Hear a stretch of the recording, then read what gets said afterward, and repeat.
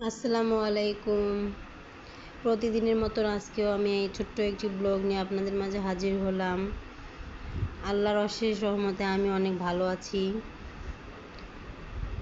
তো আপনাদের কাছে আমি একটা ছোট্ট রেসিপি নিয়ে আসলাম।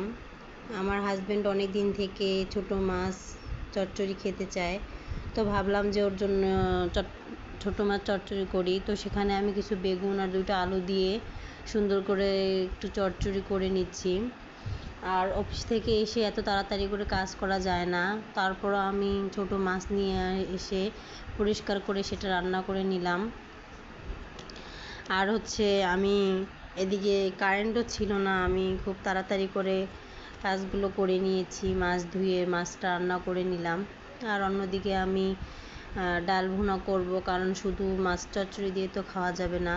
তো আমি রাইস কুকারে ডাল বসিয়ে দিয়েছি, আমার ডালটাও প্রায় হয়ে গিয়েছে। তো আমার ব্লগটি যেহেতু ছোট, আমি খুব তাড়াতাড়ি ব্লগটি শেষ করে দিব।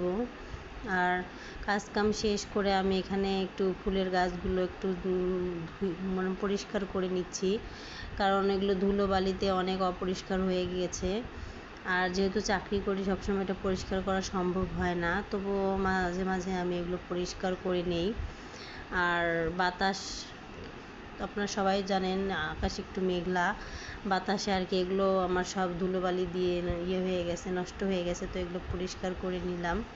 তো আমার ব্লগটি যদি আপনাদের কাছে ভালো লাগে, অবশ্যই লাইক কমেন্ট শেয়ার করবেন। তো আজকে এই পর্যন্ত, আল্লাহ হাফেজ।